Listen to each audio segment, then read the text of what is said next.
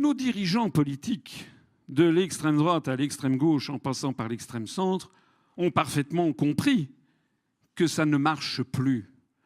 Sauf qu'ils ont laissé leur courage au vestiaire.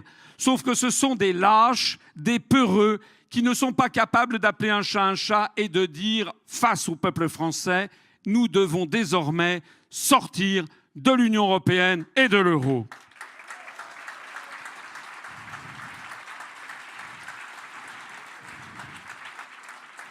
Oui, ce sont des lâches. Madame Loiseau, ministre des Affaires européennes, vous êtes une lâche parce que vous clamez sur toutes les télévisions et les radios que vous organisez des débats sur l'Europe. Il paraît que vous en avez fait 700 à travers la France.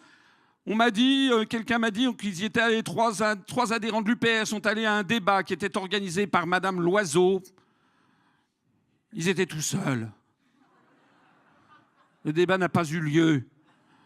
Nous avons invité, j'ai invité Madame Loiseau, Madame la ministre chargée des Affaires européennes, puisqu'elle disait qu'elle voulait des débats, je l'ai invitée à venir à cette université qui est la plus grande université politique maintenant de France, probablement à égalité avec France Insoumise. En attendant, nous avons plus de monde que tous les autres partis politiques qui n'ont même pas été capables d'organiser une université. Nous l'avons invitée à venir débattre de l'Europe. Madame Loiseau a dit qu'elle avait piscine ce jour-là et qu'elle n'avait aucun collaborateur qui pouvait venir débattre avec nous de l'Europe. Voilà ce que c'est que les européistes. Ils ne veulent débattre. Ils ne veulent débattre de l'Europe qu'avec les gens qui sont d'accord avec eux.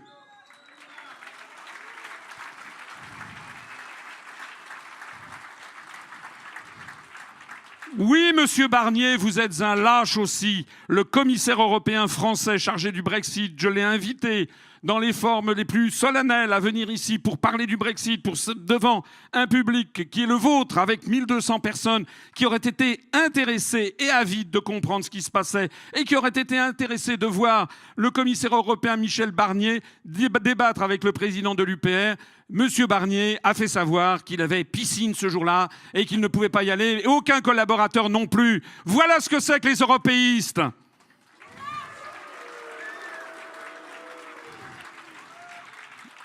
Oui, monsieur Mélenchon, vous êtes un lâche parce que je vous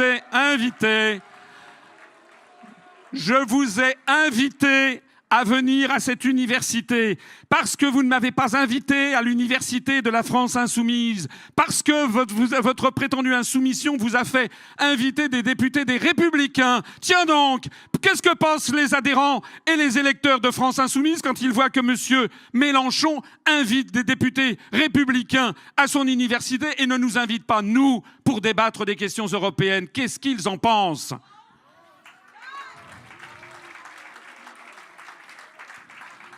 Alors, monsieur Mélenchon, vous l'avez vu, n'a pas de mots assez durs contre monsieur Macron. Dans son dos. Il le traite de faux cul, hypocrite. Il le traite de plus grand xénophobe qu'on ait jamais vu. Tout ça, c'est les noms d'oiseaux que monsieur Mélenchon a utilisés contre Macron au début septembre. Sauf que d'un seul coup, il rencontre le président de la République sur le trottoir à minuit à Marseille. On se demande d'ailleurs ce que faisait le président de la République sur le trottoir à minuit à Marseille. Et vous avez vu ce qui se passe, vous avez vu ce qui s'est passé, comment monsieur Mélenchon, d'une servilité, d'une indignité, on dirait un personnage de Dostoïevski, comment d'une indignité, il a dit « Oh non, monsieur le président, non, mes propos, ça n'était qu'une exagération marseillaise. » Mais comment pouvez-vous faire confiance à quelqu'un comme ça qui est capable de se déballonner comme un lâche dès qu'il voit Macron, le mari de Brigitte Trogneux?